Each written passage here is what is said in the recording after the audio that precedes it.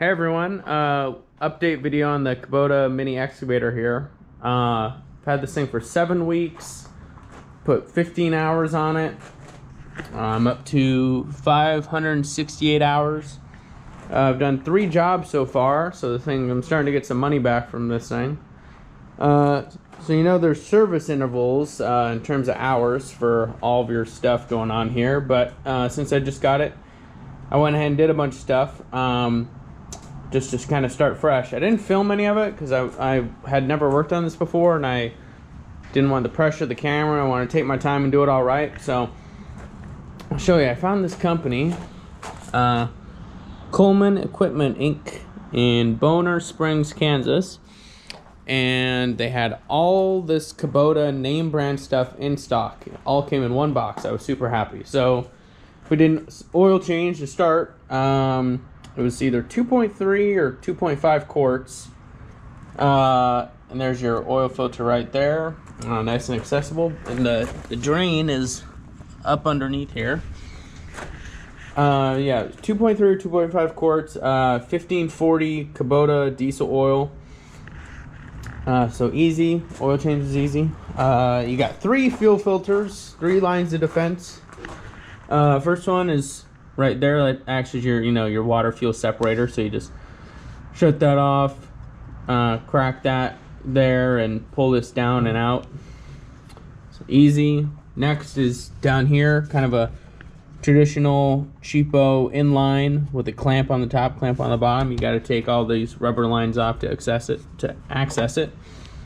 That was easy. And then the third one was this like 4-inch long one that I just could not figure out where the hell it went. Well, it goes right here. So that was easy. If you can't figure that one out, then whew. Air filter. Everything else, it has all these multiple lines of defense. I like it. So kind of a traditional air filter, and then here's your steel mesh one. So that's cool. Now you guys, there's probably some people out there who have way bigger pieces of equipment. They're just laughing their asses off at me, but that's okay.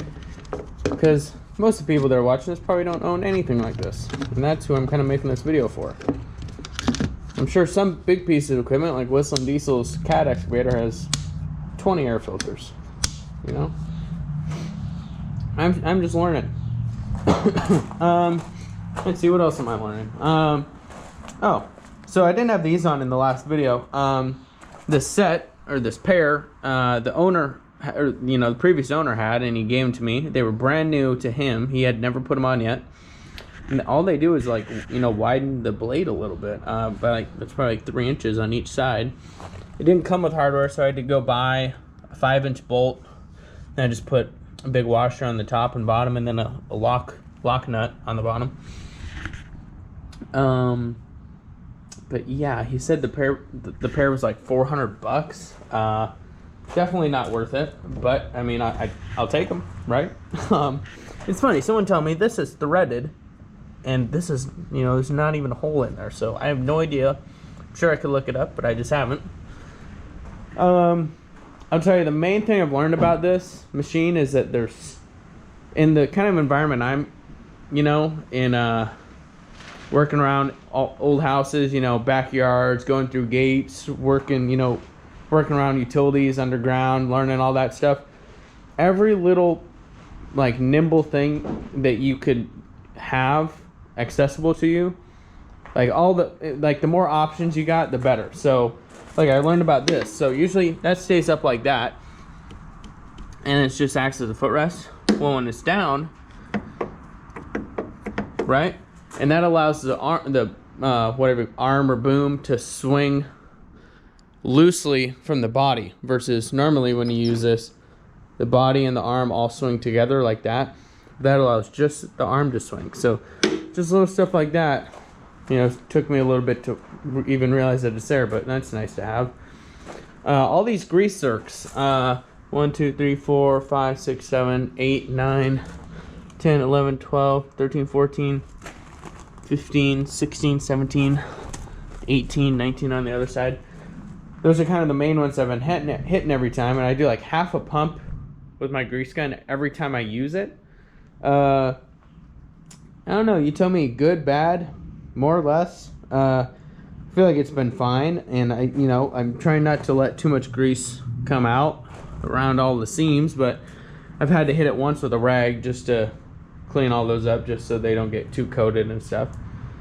So yeah, pressure washed it once so far. When he gave it to me, it was, or when I bought it, sorry, when I bought it, it was spotless. And then after one big job, I pressure washed it and haven't really done any cleaning since. What else here? See, the only things I didn't service in here, I guess, was the coolant and the hydraulic oil. Those have a service life of like 1,000 or 2,000 hours, so nothing for me to worry about now, especially because, I mean, they're both clean, they're both topped off. The hydraulic oil is right in there, and there's a little sight glass. Impossible for you to see it, but there's a little sight glass under the little muffler right in there, so you can at least see that it's full or at the right level or whatever. But yeah, pretty straightforward. I'll tell you, this thing has been 1,000% reliable, 0 issues. It's funny because like I have been babying it, and then I'll remember like, oh wait, this is a heavy duty little piece of equipment that could handle anything I throw at it. So if you're wondering why this is lowered, so I could get in and out of my garage door, which is pretty annoying because I gotta bring it up and down each time, but it's just got these pins. I just use a drift punch and hammer to punch them in and out each time. Video coming up, got my landscape trailer that I have dedicated for this now. And I'll show you kind of how I load it and my strap system, and then I got a big box of parts with like straps and the punch pin and stuff that travel with this when I've been going to jobs. So that's all planned for a later video. I'll show you the final price here. $151.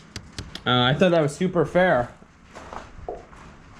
Like I said, all Kubota name brand stuff. Three fuel filters, 2 air filters, 4 quarts of oil, and the oil filter. I didn't need 4 quarts of oil, but I just bought extra. Yeah, and everything, all Kubota brand in the package, made in Japan. It was all nice stuff. It was cool. I've learned this is like the SAE version of the handles, and how, kind of like in video games, you could switch not directions, but the button layout or controller layout. But I learned there's like a metric system too, and by taking this off, you can access where all those controls link up to the linkages or whatnot, and you can change them out. So I'm sure I'll never do that, but it's interesting. Another thing I'm wondering about, I could read it in the directions, but like mechanically, what is the real difference between warming up the glow plugs? That's supposed to be the first thing you do, is turn the key counterclockwise, and you got to hold the key in that direction, but then the key stays on in that direction, and the glow plugs are clicking again. What is the difference there? Mechanically, I don't want to know like on paper, but like someone explain to me what is going on with the glow plugs. Why is it like that? But yeah, this thing has been absolutely badass. I would recommend anyone to buy something like this. Last video I was explaining my lack of the thumb. Well, I've kind of gotten around it so far. I helped a neighbor move a couple stumps, and I've just done a hard curl and rested the stump in between, the tip of the teeth, and rest against the beam there. Hence all that. Worked fine. It's not like we're traveling miles, carrying it for miles. We're carrying it for, 20, 30 feet, throwing it in the bed of his truck. This thing is awesome. It's starting to rain again, and it's going to just ruin the video. So I'm going to call it for now. Let me know on the grease fitting, or the grease zerks, the amount of grease you guys use, and I really like to learn about the difference there. But yeah, this thing has been awesome. More videos coming up actually using this thing. Questions, comments, concerns, leave them below. Thanks for watching.